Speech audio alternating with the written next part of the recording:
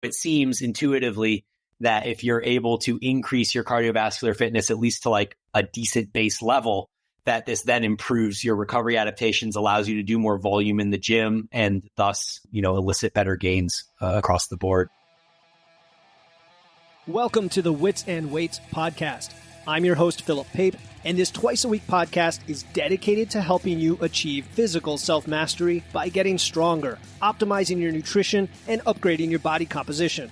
We'll uncover science-backed strategies for movement, metabolism, muscle, and mindset with a skeptical eye on the fitness industry so you can look and feel your absolute best. Let's dive right in. Wits and Weights community, welcome to another episode of the Wits and Weights podcast. Today, I'm joined by mastermind and training genius, Bryan Boorstein. I brought Bryan on the show to share with you his vast knowledge on training methods, and we're going to get into some fun topics like lengthened partials, maximizing metabolic stress, intensity techniques to save time and ramp up muscle growth, ideas for leg movements in a home gym, his nuance and recently updated thoughts on cardio, and how to specialize your training to get jacked and swole in all the right places. Bryan Boorstein is a renaissance man of health and fitness. His approach to training combines the best of bodybuilding, powerlifting, and athleticism, and he always brings knowledge, nuance, and infectious passion into his content and coaching to help you optimize your physique and performance. With over 25 years of training experience, Bryan has worked with some of the world's top athletes. He's the founder of Evolved Training Systems and Paragon Training Methods, offering online goal-oriented training programs for strength, physique, and skill at all levels. He's also co-host of one of my favorite shows, Eat, Train, Prosper, along with Aaron Straker, where he shares practical strategies on nutrition, training, mindset, and lifestyle. Bryan's philosophy combines science, experience, and intuition to create effective and enjoyable workouts. He's also an intellectually curious dude who takes knowledge from multiple fields, everything from neuroscience and psychology to elite athletic coaching, and even philosophy, and he makes cross-disciplinary connections that would elude narrower minds. Bryan challenges the myths and assumptions in the fitness industry, and today he brings his formidable intellect to Wits and Weights to share his wit and wisdom to empower you to become your best self. So if you self-identify as an athlete, aspiring athlete, or you're just a seeker of excellence and personal growth, get ready to learn and be inspired by the master, the innovator, Bryan Boorstein. Welcome to the show, Bryan.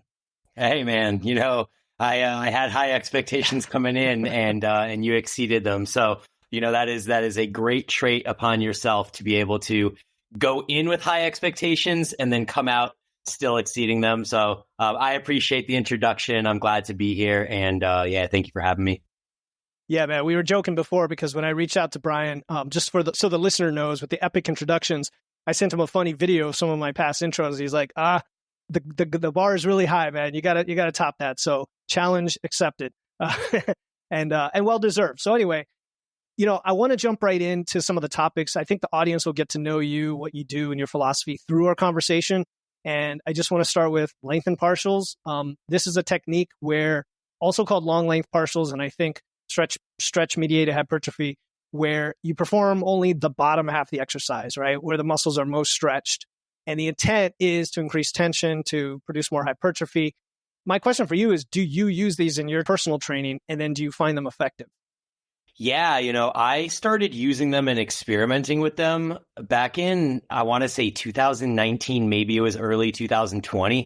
But there was this initial study by Mao and colleagues that came out around that same time. And it was the first one of this era of research to kind of promote the benefit of lengthened partials, or not even lengthened partials per se, but that there is benefit to training at long muscle lengths. And so in this study, what they did is they simply compared a seated leg curl in a hip flexed position where the hamstring is pre-stretched to a lying leg curl in which the hamstring is not pre-stretched and trains it at shorter muscle lengths. And the most interesting part of this whole study wasn't just that the hamstrings grew more from the seated leg curl. It was actually that 3 of the hamstring muscles grew more from the seated leg curl, but was it the gracilis? There was one specific hamstring muscle, the one that wraps around, it's not the gracilis. It'll come back to me. But one specific hamstring muscle grew more on the lying leg curl, sartorius. It was a sartorius. Okay. And it's because the sartorius is actually more lengthened, more stretched out in the lying leg curl. So 3 of them grew more in the seated leg curl because they're more stretched out. And 1 of them grew more in the lying leg curl because it is more stretched out. And I am always one to jump on things early, not to sit there and try and promote to the world that this is the greatest thing. And like one study says we need to do this, so everybody needs to train with these stretch mediated movements. More just that I'd been training 20 years at that point, and the opportunity to experiment with something new was really exciting to me. And so I began training with this notion of long muscle lengths at that time. And then that progressed very quickly from the next sequence of studies that came through that actually did compare lengthened partials to full range. In fact, the next study that I was privy to was Pedrosa and colleagues, and they compared leg extensions that were done at 5 different ranges of motion, but the only 3 of them are really important. So they compared one group that did full range of motion leg extensions, one group that just did the bottom of the leg extension up to 50 or 60 degrees of range of motion, or 50 to 60% of the range of motion. It was up to 150 degrees, maybe 140, something like that. And then the third group only did the short range of motion. So they went from that like 130 degrees of knee flexion all the way up to 180 where the legs would be straight, and they just did the top half. And so the group that did the bottom half only outperformed not just the short muscle length group, but also outperformed the full range of motion muscle range group. So at that point, I was like full in. That was 2020, 2021. And I began experimenting with them in pretty much all of my movements at that point. And I mean, so just for the average guy who's, running a standard hypertrophy program or 40 split or something like that, do you recommend adding them in, replacing sets with them, doing them more for isolation work versus, some bigger lifts? Because I know Jeff Nippert and others, post content about this all the time, and he's doing them with squats. So what are your general recommendations there? Yeah, I've been a little slower to jump on the bandwagon for lengthened partials for movements that are already lengthened. And so for that, we have movements like an RDL, we have movements like a squat, we have movements like a dumbbell bench press, things like that. And so in my mind, for the first few years of this experimentation, I was thinking, why would I need to do a lengthened partial on a movement that is already lengthened overloaded? It's biased to that range of motion already. And even now, I have been experimenting with those. I still mostly feel the same way that, there might be very, very, very slight benefit to doing lengthened partials in those movements. But because it is lengthened overloaded, all the real benefit is by doing a lengthened partial there is spending more of your time under tension in the lengthened range. Whereas I think on a movement that is short overloaded in nature, think pull downs, rows, leg extensions, leg curls, things like that. Lateral raises are another really good one. If you're spending the majority of your time or the movement is hardest in the short position, it seems to me that there would be even extra benefit in doing lengthened partials there and or going to failure at the full range and then letting range of motion drop off as fatigue increases.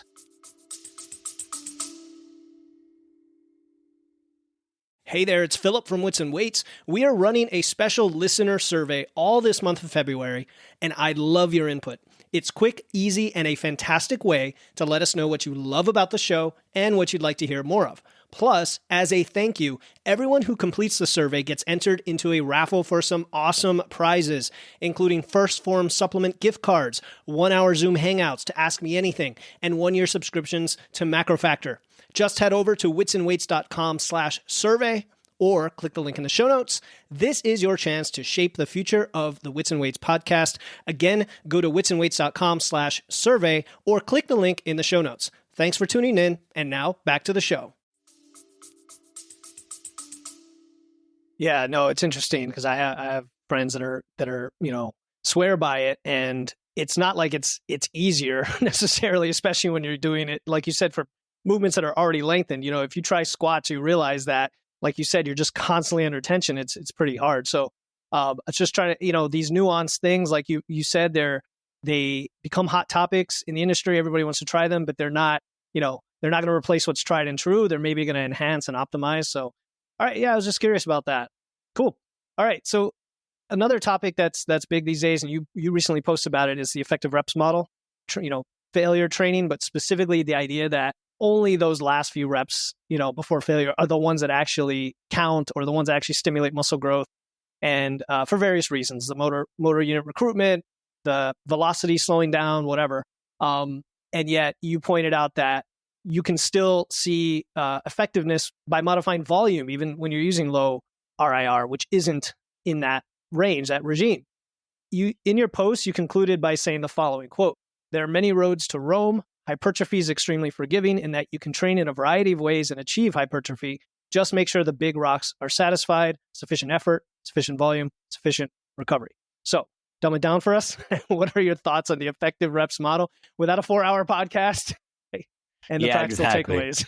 Yeah. This was from a 4-hour podcast by Data Driven Strength. And so for anybody that wants the full unabridged version, you can go check that one out. But I get questions from young kids all the time in my DMs or elsewhere on the podcast, whatever. And they're always really obsessed with these super nuanced topics like long muscle length training, or like training to failure versus volume, or volume being the primary driver of hypertrophy, and all of these things. And at some level, that matters eventually. But I think that what gets you the most benefit, and probably is going to take you to 98 or 99% of your genetic potential, is just going to be doing it for a really long time, doing a decent amount of volume, and working pretty damn hard. And recovery is a necessary evil that comes along with that, right? The more work you do, the harder you do that work, the more you have to recover. Another thing that these kids often forget to consider is that they want to do this for life potentially. They don't just want to get jacked in 5 years and then be like, oh, sweet, I'm jacked. Now I can stop training as hard and I can just go like be jacked. And that's not really the way this works. I mean, it's a lifelong game. And for somebody that's been doing it for 25 years, there's a sustainability piece to this as well.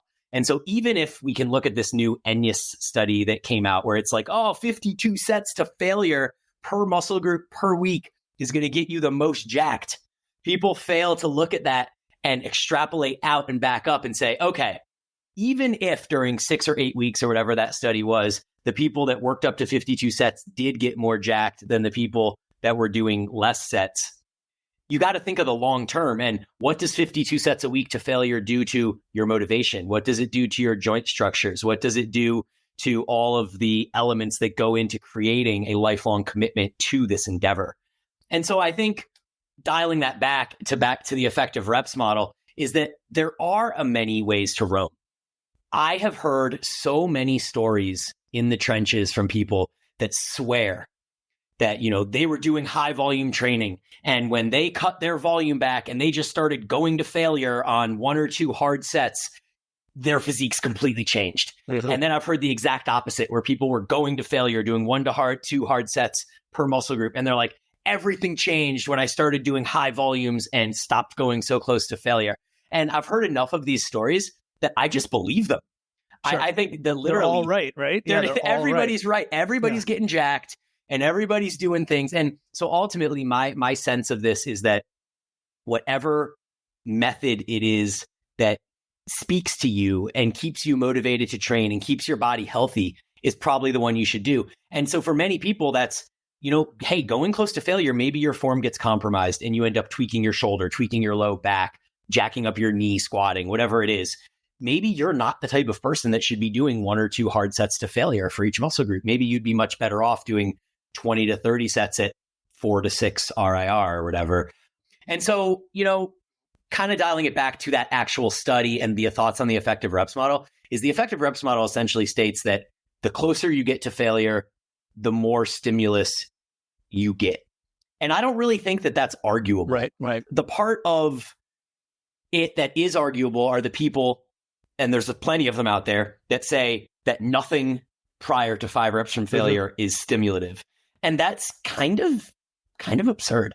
To even I almost struggle to even fathom that somebody could say that, because they're literally saying at that point that somebody could do 100 sets, but because they're all at 6 reps from failure, that they're not going to get any gains. And like, you can just look across the board through anecdote at the way football players have trained for years, or the way Olympic lifting athletes train, like explosive athletes, and they almost never go to failure. They're just dialing technique. It's all submaximal work. It's dialing technique. All these people are jacked.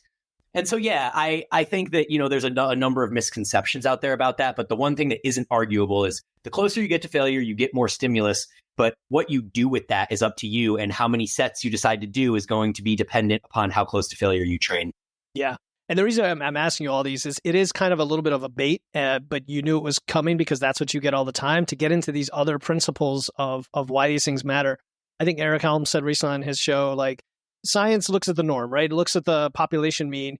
No matter how big of a sample size you have, the takeaways are what may work for most people most of the time. Well, that leaves a huge percentage of people that it doesn't work for, like you said, and it's going to vary. So number one, experiment, right? Over time, don't just assume that one thing's going to work for you. And I'm sure you see that as somebody who programs, for people. But keeping your body healthy, I didn't start this young like you or maybe others have. There's a lot of folks who listen here just getting into this like in their 40s or 50s. And whether you started young or not, recovery is a huge issue. And, we get injuries and surgeries and life and stress and all these things that pile on. I would rather find something that is modest volume, slightly submaximal. It doesn't kill the joints, but still gives me, like you said, the 98% progress. A friend of mine, we're joking about these nuanced things that the 20-year-olds bring up. We're like, man, that might be for the 0.01% elite. That's not you. Like, that's not you. Just shut up. At least not yet. Not yet. Not go for it, but it's not yet, right? So have your views changed at all over the years on the failure versus submaximal training, like as you've aged and as you've trained all this time? Yeah, I've actually gone through a number of iterations of training philosophies through my life. So I have a number of different experiences. If you don't mind, I'll just take you through like very brief version of it. But when I first started in 1997, I stumbled across a group on a community chat board. At the time, there wasn't social media, so it was a easy board. And the group was called Power and Bulk. And the big voice in Power and Bulk at the time was a gentleman named Paul Carter. And we all know Paul Carter now. Paul Carter is a very antagonizing voice in the industry. And I think that, I personally don't agree with a lot of what he says these days. But one thing that he did that I really think was great for me starting out was he told me back in the late 90s to basically pick 6 big movements. And it was a horizontal push, a horizontal pull, a vertical push, a vertical pull, a squat, and a hinge. And he was like, just do those 6 movements, get brutally strong at them. When you can, bench 300, squat 400, deadlift 500, then you can start thinking about body part splits and volume manipulation and all of these things. And I thought that was incredible advice. And so that's exactly what I did. If you fast forward about 15 years, I found him on Instagram 7 or 8 years ago. And I was like, hey, dude, like, thanks so much for that great advice you gave me so many years ago, And he goes, oh, that was stupid advice. I would never give that advice again, And I was like, well, I thought it was really good advice. But anyway, so I did that for 3 or 4 years, basically 3 times a week, full body with those 6 big movements spread across the week. And I got great results. Nothing to complain about. I learned how to train hard, and it was super important, mostly like kind of 5x5 or 3x8 type stuff. And then after that, I got distracted by the muscle magazines would probably be the best way of saying that, as many of us do. And I followed some of the like muscle and fitness body part splits for a while. But luckily, I then stumbled across a program called Max OT. And are you familiar with Max OT at all? No, I haven't heard that one. No. All right, cool. So Max OT is a program. You actually can still find it online at AST Sports Science. It is a body part split program, but what they promoted was low volumes. So it was 6 to 9 sets per week per body part. So it's like, Monday's chest day, Tuesday's back day, Wednesday's legs type thing. But it was 6 to 9 hard sets per muscle group, and everything was in the 4 to 6 or 4 to 8 rep range. Isolation movements were like the 6 to 8 rep range, but all compounds were 4 to 6. And every set was taken to absolute failure.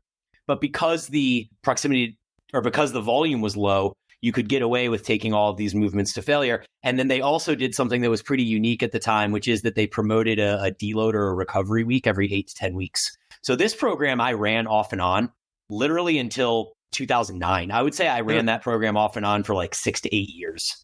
And I thought it was extremely productive. The best gains that I made through my entire training history was on Max OT. I think that could have been partially because that's when I was turning into a man. And, I was eating a bunch of food at the dining hall at college and all of that stuff. Yeah. You can't just give credit to the program, but it did happen to be that time frame. After that, I found CrossFit in 2009, and I went through about 7 years of competing and coaching in CrossFit. And so that was a completely different stimulus to anything I had done prior. Pretty much everything you do in CrossFit is sub-failure because it's all about maximizing efficiency over time. So that was definitely different. And then when I popped out of CrossFit in 2016, there was this whole new evidence-based sphere, and it didn't exist in the past. There wasn't Brad Schoenfeld and all of these different research, RCT, research-controlled designs and all of this stuff. And so I became obsessed with it. As the nerdy science brain that I have, I was like, oh my God, like my brain was exploding. 20 years into training, I was like, felt like a newbie in the gym again. And the first thing I stumbled across was RP and Mike Israetel. And so that was really my first experience into purposefully not training to failure and purposefully trying to prioritize volume over proximity to failure. Stimulus to fatigue ratio. Yeah, exactly. Right. And, working on exercise selection as an important component. Like, does this exercise give me better stimulus to fatigue than that exercise? And so it opened up this whole new world of framing how I was training. And so that was interesting because I found myself continually trying to push volume. And the way that they programmed at RP, and they still do, is to the best of my knowledge, is they start mesocycles far from failure, and then they progress them closer and closer to failure until you reach a point where you're basically at failure. Fatigue is super sky high, and then you deload, you recycle, and repeat. And so I did that for about 2 years, and I think it was fine. I would say that if anything, I lost motivation. It was like the volume was so high, and the fact that you could start a mesocycle at 1 hour of training, and by the time you add volume and add proximity to failure and all of this stuff, you finish a mesocycle and your sessions are taking 2 hours and they're doubly as hard as they were in the beginning. And so to me, that didn't make a ton of sense. Then I kind of went the other way and began slowly reducing volume and slowly working closer to failure, which has sort of settled me on the philosophy that I've used for the last few years now, where for the most part, I stick between 6 to 10 sets per body part per week. And one thing I actually do that I think is semi-unique is I took from the RP approach is this progression of proximity to failure across the cycle. And I also, in a sense, progress volume, but I do it very differently than they did. So they would progress it by adding sets week to week. What I tend to do is I add intensity. So we'll go from 2 reps from failure to 1 rep from failure to failure by week 3. And then on movements that are conducive to it, we'll go into partials, and then we'll do rest pause sets, and then we'll do drop sets, and then we'll do lengthened sets. And so each week from 3 on, we're adding intensity techniques to further bias the length and position, to further add stimulus, but we're not doing it by adding a full set. We're just adding like a little teeny dose of stimulus. And I've found this to be extremely productive for me and for clients for the last 3 years or so. Man, there's so much there. And I could identify with a lot because of your age and when you've been alive. You're sort of at the ground floor of all of these shifts that we've seen over the last 20 years, from the muscle magazines to the training with the Max OT. And then I was in CrossFit for 8 years myself, so I get it. I started it around 2011. And I wasn't very consistent with it, but first time I ever touched a barbell was in CrossFit. So give them credit for that. It's funny because it sounds like you've come a little bit full circle back to the Max OT stuff you were doing. The 60, you said like roughly the same volume per body part, roughly the same kind of in that low end hypertrophy, high end strength range, let's call it. You know, my coach is Andy Baker. You probably know Andy Baker. He's been on the show a few times, but a lot of what you're talking about reminds me of like conjugate style programming does a little bit of that, right? Where you're testing your 1RMs to get the intensity, but then you have this dynamic work that's at a much lower, that's submaximal later in the week. Anyway, it's cool stuff. So with the RP, Renaissance periodization stuff, that's all RPE based, right? You were saying? Yeah. Well, I mean, that's what I started back in, like when I came out of CrossFit, like 2016, 17, 18, that was kind of my RP time. Yeah. So then you mentioned intensity technique. Good segue. You've been recently talking about that a lot too. And I love that stuff too, man. The rest pause, the dog crap rest pause, and drop sets and things like that. So you've been talking about metabolic stress, intensity techniques, techniques like myo reps and drop sets. Why is that principle important? Is it mainly for saving time and taking advantage of the training to failure theory we just talked about? Or is it, is there another reason to incorporate them? Yeah, I think metabolic stress is certainly a piece of doing rest pause sets and drop sets that you wouldn't get by just doing straight sets. But I would say what you said is probably more the reasons, in that it ensures that you're close to failure, especially for clients like intermediate clients that I'm working with that really need to know where failure is. There's nothing like getting them to failure than making them do rest pause or drop sets. Drop sets can be a little tough. You don't want to drop too much weight, or else it just becomes they're not really reaching failure because of metabolic fatigue or mental fatigue. It's just like it burns too much. It's like cardio, yeah, exactly. But when I do drop sets, I tend to drop very little. So the typical drop that you see in studies is like 30 to 40%. I'll usually drop 20% at most. And so it's usually getting about the same amount of reps that you would get from a rest pause. So if I'm doing a set of 8 reps to failure, close to failure, and then I do a rest pause where it's 20 seconds rest, I might get 3 reps. Yeah. Maybe 4. If I do a drop set and I drop 20%, but I don't take any rest, it's basically the same thing. You're getting 4, maybe 5 reps. So you're still in that zone where you can actually be confident that you're hitting failure without it being because you're mentally weak or it burns too much or it's metabolic fatigue or something like that. So I love both of those for that reason. I also love them for time saving, which you also noted, because, everything comes back around in the industry. Like drop sets used to be so popular in the muscle mag days. It would always be like 10, 8, 6, 4 plus drop set back to the 10 rep weight. Like that was the way we trained, 10, 8, 6, 4, increasing weight. You hit a set of 4, failure, drop the weight back to the 10, go to failure again. That was so standard and it was so effective. And then there was this period of time in the evidence-based space where it seemed as if drop sets got this really bad rap because you're reducing load, which means you're reducing mechanical tension. And mechanical tension is the primary driver of hypertrophy or whatever.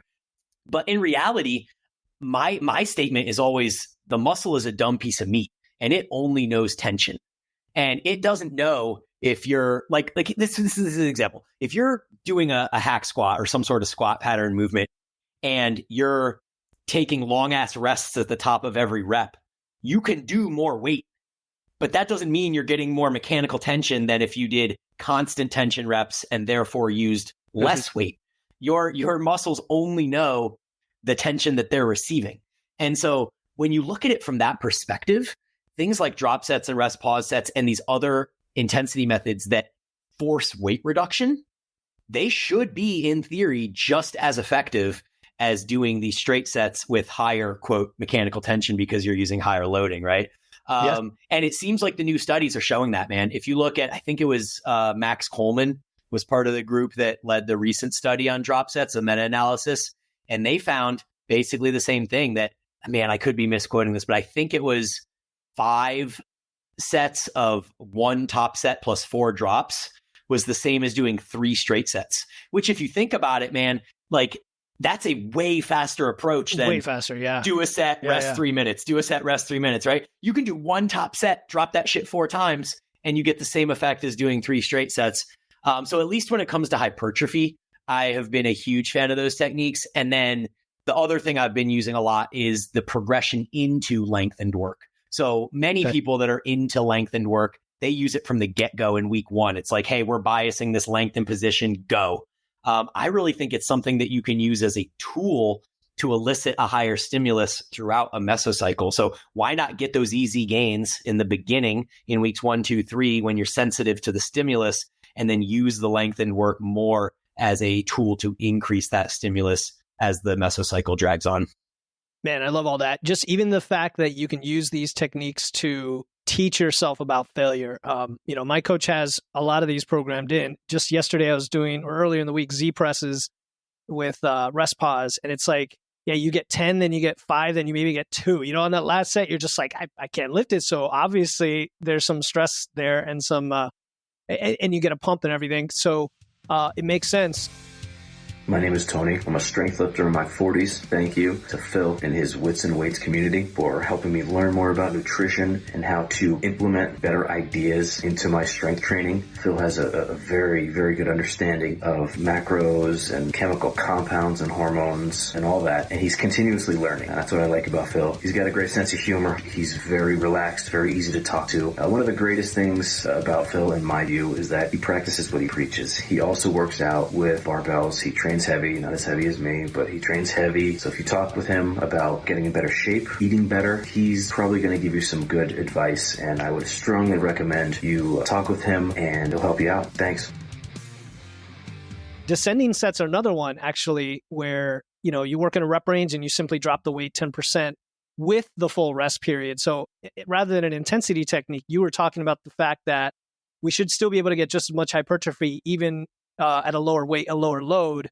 That's another example that comes to mind. That's not an intensity technique, right? But you can at least, let's say you're in the 8 to 12 range and you hit 8 or 9 reps, you drop the weight after the rest period, and now you still hit 8 or 9. You're still training close to failure, just at a lighter weight.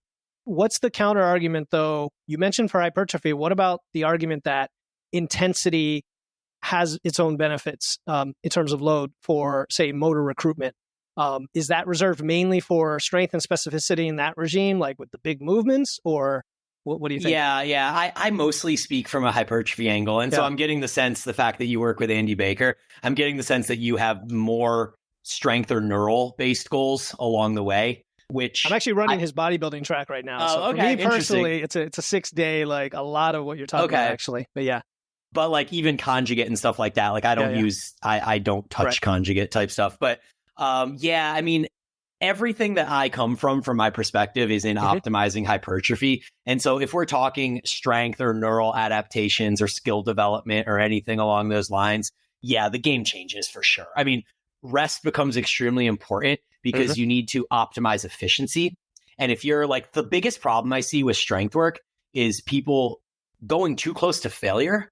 And when they go too close to failure, they're compromising their motor recruitment. Like you can just imagine, what a deadlift looks like at rep 8 to failure versus rep 1 when you're 7 reps from failure. And there's not a single person in the world that can make rep 8 look exactly the same as rep 1, or maybe like, professional powerlifters and whatever can. But the majority of people out there, there's going to be something that is compromised in the technique, even if it doesn't look like it to the naked eye, even on camera. There's something internally that joint angles are just slightly shifting. Different muscle groups are coming in to do the job. And so it seems to me, from what I understand of the research, that that strength gains are just better manifested further from failure. And I remember a study a number of years ago that compared 4 sets of 10 to 5 sets of to 5 sets of 10 to 10 sets of 5 or something along those lines. It was something where the volume was matched, but the group that was doing the sets of 5 was using their 10 rep max. And what they found was that hypertrophy was relatively equivalent across the groups. I think the group that was going to failure at 10 rep sets actually did better, but the group that was doing the sets of 5 with 5 RIR on each set, they got significantly better strength gains. And so that just speaks to exactly what I'm saying. I mean, you just have to move perfectly. My basketball coach used to always say, practice doesn't make perfect. Perfect practice makes perfect, and bad practice makes bad habits permanent. And I think that applies to strength training as well. So is there a logical leap from that to saying that maybe you don't need deadlifts in your programming if you're going for hypertrophy? Like, and I'm just making a big logical leap, right? But because it's such a big taxing movement that requires that motor, you know what I'm saying, right? Yeah. No, I don't program deadlifts for clients. I haven't programmed a deadlift for a hypertrophy client in since I left CrossFit, really. I mean, literally, it was Mike Israetel and the Renaissance Periodization group back in 2016, 17, when I started following that. They were big on that train of why would you do deadlifts when you can do RDLs or stiff-legged deadlifts and get more for the target muscle with less fatigue to the other muscle groups, stimulus to fatigue ratio, right? And so, yeah, I haven't programmed deadlifts. I don't personally do deadlifts. I brought them back into a cycle for myself during a strength cycle, maybe 2 or 2.5 years ago. And for like 2 weeks, I was like, yeah, deadlifts, this is awesome. I haven't done deadlifts for so long. And then by week 3, I was like, what am I doing? Like, I am so taxed. They're so taxing, fatigued. Aren't they? Yeah. So, I don't really think they have much of a place in a hypertrophy program. I think that I could program them in an intelligent manner. And if someone was really adamant that they wanted them in there, right, they could be used as a hypertrophy movement. But it's like, it's so ambiguous as to what they even train. You don't know. Do you put it on like upper body pulling day? Do you put it on back glute day, and ham day? Like where do you put it? Because it trains everything. It's true. And I've seen that rationale of like, sometimes they're included in hypertrophy programs just because people want them, just want to do them. Or maybe they're trying to have their cake and eat it too with like a power building, program where you maintain some of that specificity for strength, but then also build muscle. But you're right. It's so fatiguing. And for us older guys too, like that's one of the areas you really get hit when you do too many deadlifts. I can tell from personal experience. Cool, man. So I know here's another segue then, since you were just talking about hamstrings and leg work, is a lot of folks are working in their home gyms. And I know you offer programming for folks who, online, who may be going to their own commercial gym or at home. Speaking to the home gym goer, so to speak, legs are one of the toughest, at least in my experience and talking with my nutrition clients, of trying to get a good, well-rounded workout, because now you need like 8 different machines if you're trying to get everything done. Like I personally have a vertical leg press and I have a leg developer, which is more than most people have in their home gym. Most people have a rack and maybe a leg developer. How does somebody with, and I joked, chicken legs, who wants to build those quads, those hams, get the bigger legs, do it at home? What are your like 2 to 3 most effective movements or equipment or whatever? Yeah, okay, we just did an episode on Eat Train Prosper where it was quads training, and we basically discussed how you would optimize your quad training for a commercial gym, for a home gym, and then for people that only have dumbbells. And so there's 3 different tiers of kind of how you could go about this. And really what you just want to do with the home gym is try to emulate the commercial gym as closely as you can. And so when we're like, you asked for legs specifically, we're not just looking at quads. So I'll give you 2 or 3 movements for quads, 2 or 3 movements for hamstrings. Yeah. Cool. So for quads, the first thing is to focus on what is your big compound squatting movement going to be. And so you don't have a hack squat machine. You don't have a leg press. You don't have a pendulum squat. But we have 2 really cool variations that you can do at home. And the first, most accessible, easiest one is simply the foam roller hack squat. And this was an incredible creation that came out of COVID times, basically. You jack a foam roller up behind your back, horizontal. You put it in the bottom crease of your low back. You put your feet out in a proper squat stance, and you squat down and you grab some dumbbells off the ground, and then you just keep squatting. And the foam roller against the wall essentially acts as a back support for you. And that was a primary movement that I did for 6 months during the beginning of COVID. And I found that it was extremely productive for quad development. Now, if you don't want to do that movement or you want some other variation, a heels elevated back squat is an extremely quality movement as well. I love doing the heels elevated back squat with a 3 or 4 second eccentric with a 2 or 3 second pause at the bottom with your ass on your ankles, basically. Getting as much knee flexion forward as you can, which is the benefit of the heel wedge there. And then this is high bar, you're saying? High bar, yeah. So this is the caveat, is when you ascend up, the first thing that people want to do is stick their butt up in the air and let their torso fall over. But by doing that, all you're doing is shifting all the tension to the glutes. So what you're going to have to do is you're going to have to drop the weight about to 60% of what you would use for a standard back squat without a heel wedge, just doing it for load. And you're now doing it for hypertrophy. So what I would, here's an example. I would squat, say 365 for 6 would be my best like just, hey, I'm going to try and get strong high bar squat. When I went to the heels elevated squat, the way that I just talked about it, with the slow negative, the pause at the bottom, the big chest coming up, not making sure my ass doesn't fly up first, I dropped the weight first down to 225, and I stuck there for a few weeks. And then eventually I worked up to 265 for sets of 6 to 8. But that's a paltry weight compared to 365. You're literally talking like 2/3 of the weight. And it took me months and months to even work up to that.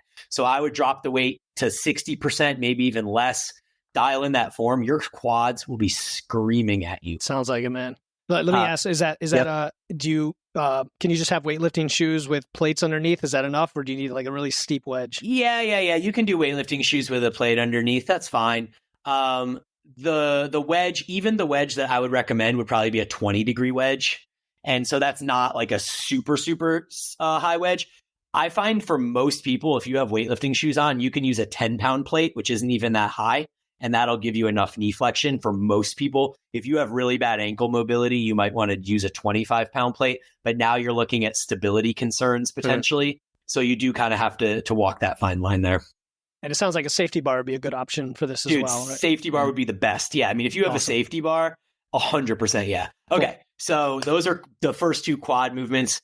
Then you have single leg squats of all varieties. You have front foot elevated split squats, rear foot elevated split squats, walking lunges, glute dominant or quad dominant. And that basically just is determined by your torso and shin angle. So just much like the heels elevated back squat, if you want to target your quads, you want your torso super high up and you want your knee super far over your toe. If you want glute dominant, you send your torso forward, almost like a hybrid RDL squat type movement. And then you try to keep your front shin vertical. And if you can keep your front shin vertical and kind of send your torso over your knee, you're going to get a lot more glute priority from that exercise. So single leg squats of all varieties. And then the last quad movement that you need is something for the rec fem.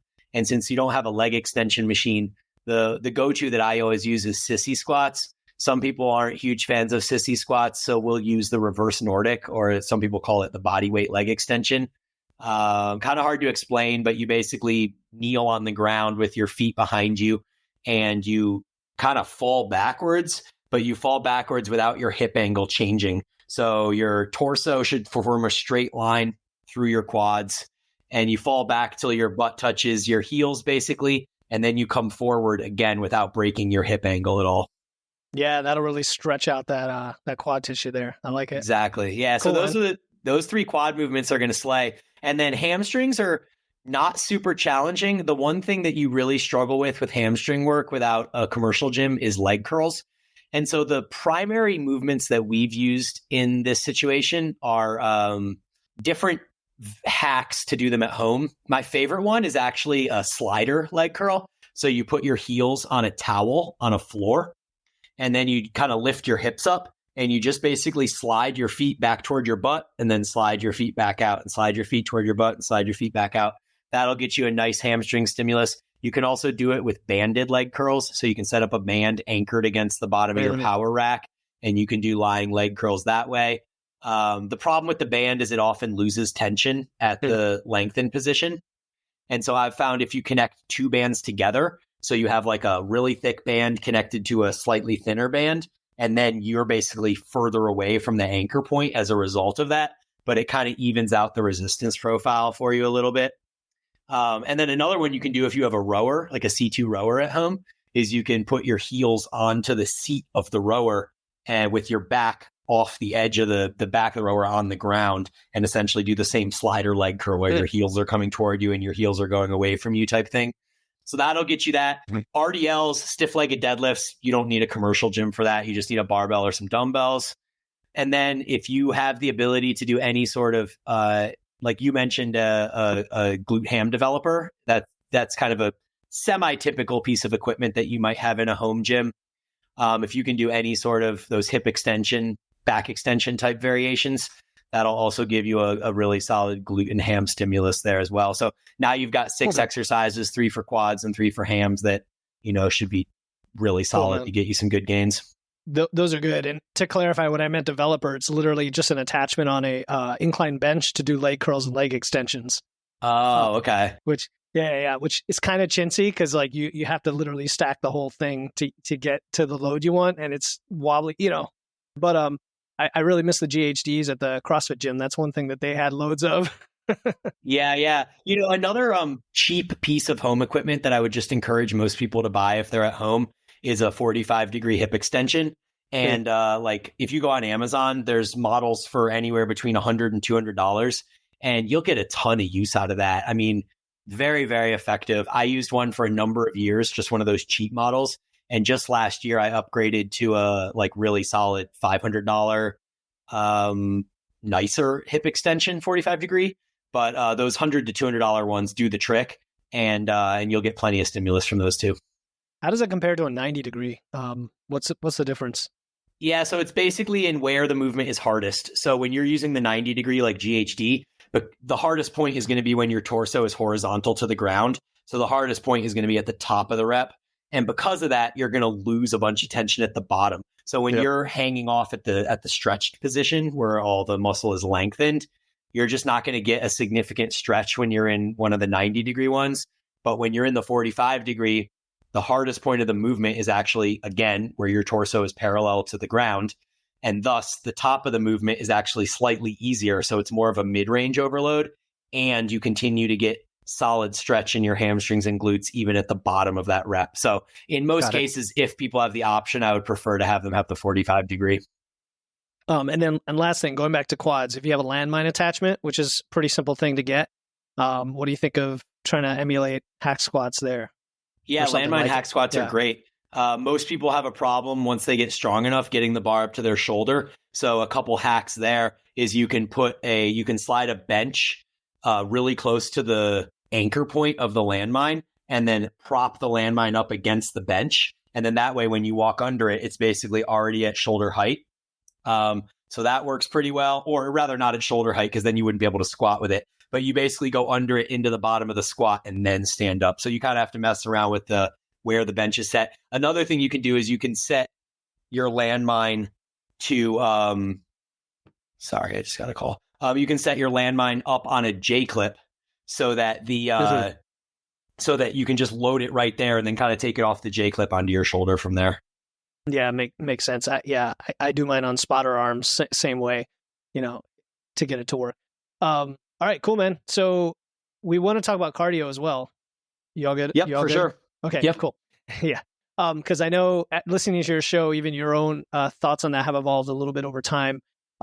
Let's just break it down, right? Because some people, there's camps when it comes to cardio, and I don't think there should be. Like, I think cardio is great to some extent, and it all depends on your priorities. And you've talked about this as well. It depends on what your goals are. But there's a lot of misconceptions about the interference effect, losing gains. How do you prioritize or incorporate cardio? What's the point of cardio? Like all of those things, as well as fat loss versus when you're not in fat loss. So I know I just threw a lot at you, but just I know you can handle it. What are your thoughts on cardio? So interference effect, I think, is something that really has changed over time.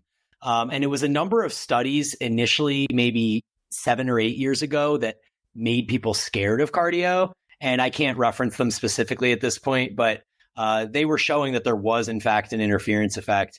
And then there were a series of studies more recently in the last, I want to say 3 years, 4 years. And they demonstrated that if the programming is done in such a manner where you have a priority A and a priority B, and one of them is, I want to say taking closer to failure, but like you wouldn't take cardio to failure. It's just this idea of one you're working harder on and one you're working not as hard on. They actually can be really helpful to each other. And in fact, now it seems like it's even gone further, and you have this view of the bodybuilder athlete that is so under conditioned that they're having to rest excessively between sets. And it's not just that they're doing less volume because of this excessive rest that they need to take, but it's then bleeding over into their body's inability to get parasympathetic after the workout. So they're finishing their workout and they're so out of shape cardiovascularly that their body stays in this heightened sympathetic nervous system state for not just hours, but days, like affects you while you're sleeping. The next day, your body is literally not recovering fast enough between weightlifting sessions because your cardiovascular fitness is so poor. And so it seems intuitively that if you're able to increase your cardiovascular fitness, at least to like a decent base level, that this then improves your recovery adaptations, allows you to do more volume in the gym, and thus, elicit better gains across the board. Now that is interesting. I have to admit, I hadn't heard, I don't know, you talk about it, or it didn't sink in. I listened to a million podcasts, and for some reason, that exact issue of the parasympathetic nervous system and recovery, now I'm really interested. And I'm interested for selfish purposes as well, because I used to be in CrossFit, like I said, high VO2 max, super conditioned, and I do way less cardio today than back then, and I work from home. So there's no excuses. I'm just saying that that's the state of things right now. First of all, how do you measure that fitness level so that you know what you need to incorporate? Like, what are the objective measures, whether it's VO2 max or HRV or whatever else? And then what is kind of a reasonable, you've got life, you've got so much time, you still want to be training 4, 5, 6 days a week, amount of cardio to fit in to get past that threshold? Yeah, I'm not so convinced that VO2 max is the best variable to use, because you're never actually going to your VO2 max or needing your VO2 max to recover between sets or even to get parasympathetic after sessions. I think the better metric is zone 2, which I think that we can use as a general viewpoint of functioning of your mitochondria. And your mitochondria are the little things, your energy cells that are working on repair and reproduction all the time. Like, they're always in the background, just typing away, writing new code for your body. And so what I tend to use with people and with myself is the amount of watts per kilo that you can generate while keeping your heart rate in zone 2. And so zone 2 very generally is going to be peaked. Like, the high end of zone 2 for most people will be 180 minus your age. And that's very, very general. I usually start people at 180 minus their age plus 10. And then have them work up to 180 minus the age. But I'll generally have them work. So I'm 41. We'll just say I'm 40 for easy math. 180 minus 40 is 140. So that's the top of my zone 2. So I try to do my zone 2 between 130 and 140 beats a minute. If I'm above 140, I feel like I'm getting into zone 3. If I'm below 130, I feel like it's pretty easy sledding, and I'm probably in the high end of zone 1. And so I try to do my zone 2 work in that range. And then I look at what are the watts per kilo that I'm able to generate during that exercise. Now, most people may not have access to watts. That's something you would have on an exercise bike or on a rower or something like that. So essentially, there are other metrics you can use, but you just want to see the output that you have improve over time while your heart rate stays consistent. So if I could say generate 1.5 watts per kilo when I started, this is actually my story. My peak zone 2 was 1.5 watts per kilo. That was like right at the high end. I was like pushing the boundary. So I weighed 90 kilos. I could do 135 watts, and that was my zone 2. Now, a year and a half later, maybe almost 2 years, I am up to 2 watts per kilo. So I'm doing about 180 to 190 watts, and my heart rate is still in the same range, right in that 130 to 140. So I've essentially improved by 33% or something along those lines. And I've noticed along that same trend, significant improvements in recovery time, sleep quality, HRV, resting heart rate, general sense of well-being, energy throughout the day, ability to focus. All of these kind of subjective metrics that we feel on a day-to-day basis have improved as my zone 2 has improved.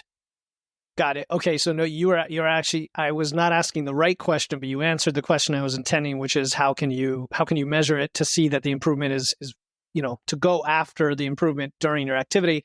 And then, like you said, there are other measures after the fact, like your HIV, resting heart rate, and so on that are, and biofeedback that are other indicators. Do you know if that the watts per kilo it's not something we can measure on like a ring or watch, right? It's like one of those special straps. No. But you know what? Like you just want to improve your N of 1. And so if you have a bike where you can monitor speed, like an indoor trainer bike, and it doesn't give you watts, some bikes do, but it gives you speed. And so you're like, okay, my zone 2 right now is at 14.7 miles per hour. Well, then you're just trying to increase from 14.7 miles per hour while keeping your heart rate consistent. So you just need to find some objective metric of performance that you can track on your preferred cardiovascular source modality, and then just try and look and see that go up over time. Perfect, man. Cool. Yeah. I know myself, I've been telling myself I do want to incorporate more cardio now, especially head into a fat loss phase here after 9 months of building, which is, but a lot of people ask this question all the time. And my own clients, nutrition clients, it's like, no, we don't just want to walk, but like, how much cardio do you do? And how does it interfere or not? Now, what about during fat loss when, recovery capacity is lower and intake is lower? How does that change if at all? Yeah, I mean, it definitely increases the interference. I do think that if weight training or muscle mass or strength or any of those barbell pursuits are of top priority to you, then you need to be very cognizant about where you put your cardio training, especially if it's more VO2 max or interval style training. I generally consider zone 2 work to be somewhat cathartic, almost like a pseudo recovery modality. If you're pushing zone 2 work to the point that it's super fatiguing, I think you're doing it wrong. I think you're doing it too hard. So my general view is that if you're doing zone 2, you should be able to put that more or less anywhere. Although I would caution against putting it really, really close to leg training. Certainly not like directly before leg training, but probably also not directly after leg training. But I think anytime like within a few hours and having a meal in between should be fine, or a separate day should be fine. Even like if your quads are sore and you go do zone 2, I don't think that's a problem. In many ways, it actually kind of helps flush some metabolites out of there and helps your recovery. So zone 2, I don't think you need to be quite as specific with, but any sort of interval work where your legs are really actually working against a resistance, that's not just fatiguing for your legs, it's fatiguing for your entire being. Like your whole body becomes fatigued, your mind becomes fatigued. There's psychological fatigue associated with HIIT work, and that detracts from your ability to focus and put primary energy into your leg training. And then the same would apply if your cardio modality is something that works the upper body. Like if you're rowing or you're doing the ski erg or you're doing one of these other upper body dominant, not dominant, but where the upper body is a large part of the cardiovascular experience, you probably should be cognizant of that as well. Like I probably wouldn't go rowing intervals and then go do a back workout or something along those lines. So yeah, I mean, there's a few things you need to be cognizant of. And then I didn't actually address one of your questions, which was what's the dose that you need to do for this? And so it's very goal dependent. Peter Attia, are you familiar with him? Oh yeah, sure. Yeah, he often talks about, for health and longevity, having 4 zone 2 sessions and 1 like zone 4, zone 5 HIIT type session each week. And I think that that's kind of a high end for people whose top priority is something involved with weightlifting. I think that's great if your goal is longevity and wanting to live the longest, healthiest life that you can. That's where I tend to fall these days. I've sort of gradually moved away from optimizing physique and more to optimizing longevity and lifestyle. So I do try to hit what Peter Attia says most weeks. I think for somebody that is really trying to prioritize physique sport or strength sport, that getting 2 zone 2 sessions is a bare minimum, and maybe 1 HIIT zone 5 type session. So you'd have 3 cardio sessions a week at that point. Cool. Yeah, I like that. All right. Cool, man. I know we're almost out of time here. Do you have time for like 1 or 2 more questions? Sure. Yeah, go for it. Cool. Because we did want to talk specialization briefly. And where I was going with this is a lot of folks are running, we'll call it a template program or a standard program, or even if they have a custom program and they're just not happy with a certain part of their physique. For guys, maybe it's biceps, right? It might be back, might be shoulders. What's kind of a basic specialization approach in terms of like adding on to your program or supplanting the existing, part of your training just to accelerate a specific body part? Sure. Because it's kind of becomes a runaway train at that point. So what I'm actually doing, Jeff Hain, who is our mutual friend, he's a client of mine. I'm working one-on-one with him. And so he and I have been in deep nerdy talks, as we do, about how to optimize physique. And over the last couple of years, the data-driven guys have been doing a lot of, I don't want to say it's research because I don't think there are specific research studies on the topic, but intuitive analysis of the topic.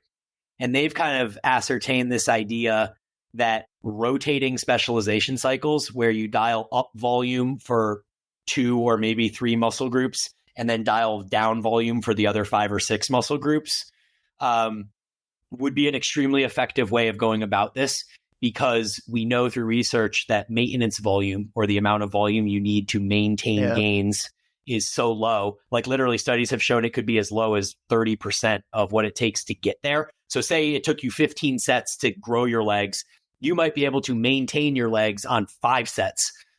So if we harness that knowledge and we say, okay, well, if volume is going to help us grow more and we know we can maintain on less volume, we can jack up the volume on a few muscle groups, pull down the volume on the remaining muscle groups, and do this in kind of a cyclical manner where we spend 2 to 4 months on a few different muscle groups and then switch the rotation, spend 2 to 4 months on some different muscle groups, et cetera, and just kind of roll through it like that. And so that's been the way that Jeff and I have been approaching it now for a number of months. We've done a lats and triceps specialization. We're currently in a chest, biceps, and lateral delts specialization.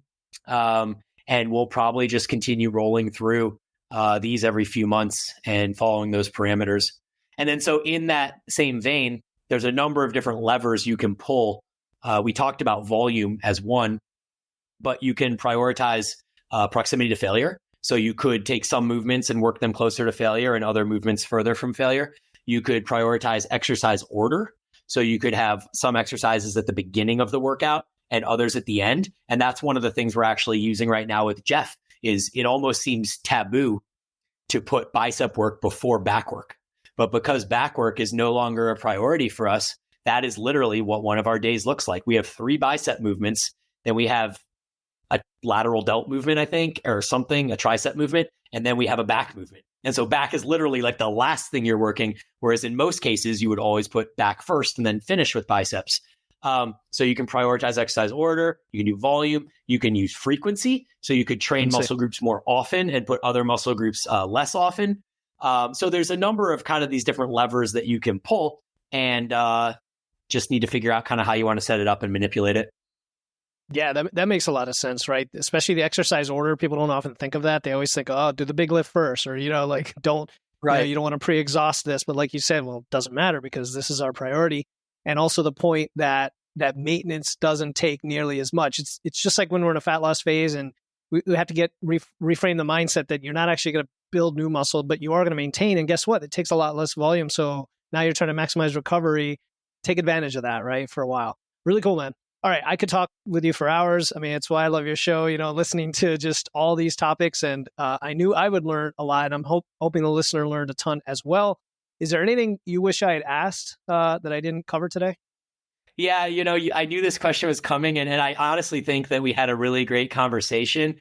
There isn't exactly anything that I think you'd ask. I feel like, if we want to come back on, we can.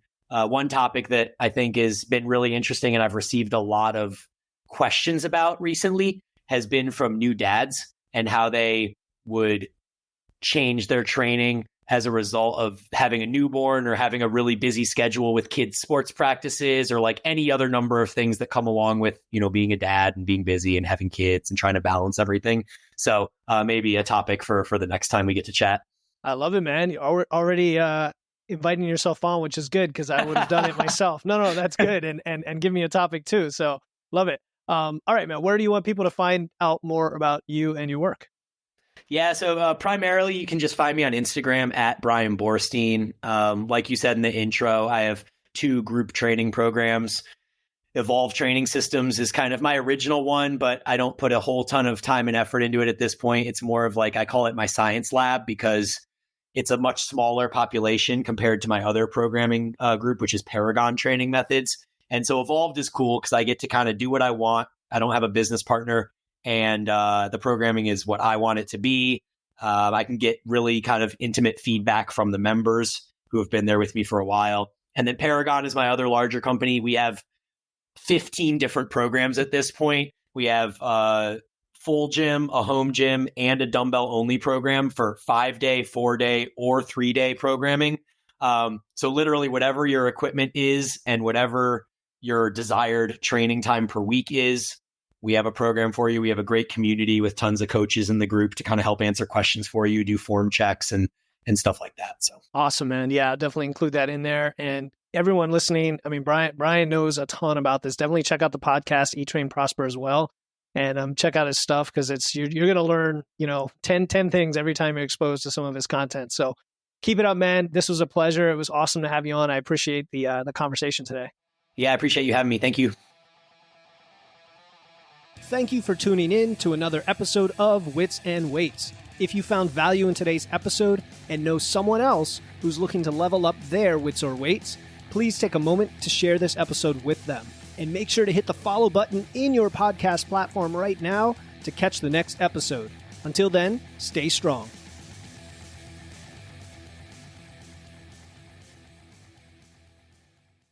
Hey, before you go, I want to let you know about a free resource I have. They are free guides on everything from fat loss to eating out to building muscle to managing hunger to figuring out the best macros for you and more being added all the time. You want to get the most out of these podcasts and your time to look and feel your best, and these free guides will give you a quick and easy way to know what to do. If you want to get your hands on these completely free guides, you can head over to witsandweights.com/free. That's witsandweights.com/free to get your free guides and level up your results today.